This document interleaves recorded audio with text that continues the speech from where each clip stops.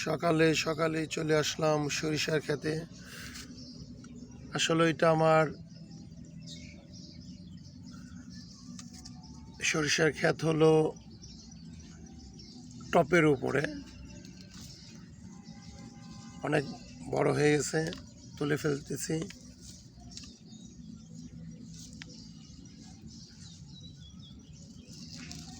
মানুষের চাষ করে খেতে, আমি টপের ভিতরে সরিষা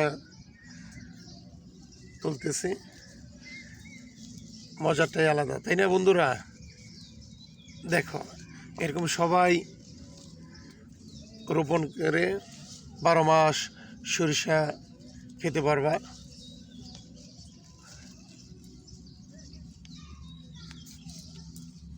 অসাধারণ সরিষা, শুধু একটা না, এখান থেকে প্রত্যেকটা টবের ভিতরেই আমার সরিষা।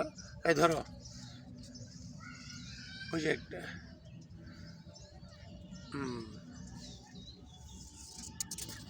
পরিষ্কার করে দিচ্ছি, এটা উঠে দিচ্ছি।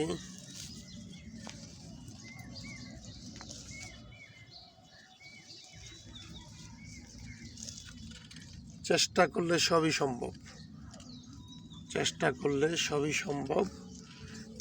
আমার মতো সবাই কম বেশি করে, একটু একটু সময় করে, সবাই ইচ্ছা করলে সবই সম্ভব হয়।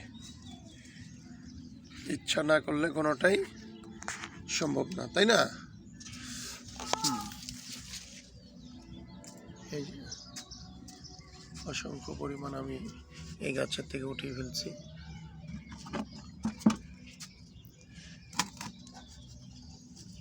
এখানে এই যে ধনে বড় হয়ে গেছে, প্রায় পাকার সময় হয়ে গেছে। এইটাও টপে থেকেই বোনা হয়েছে।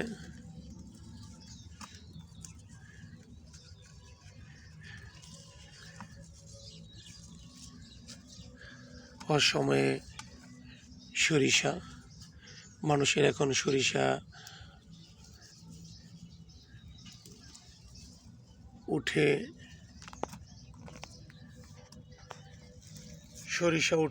আর আমি সরিষার শাক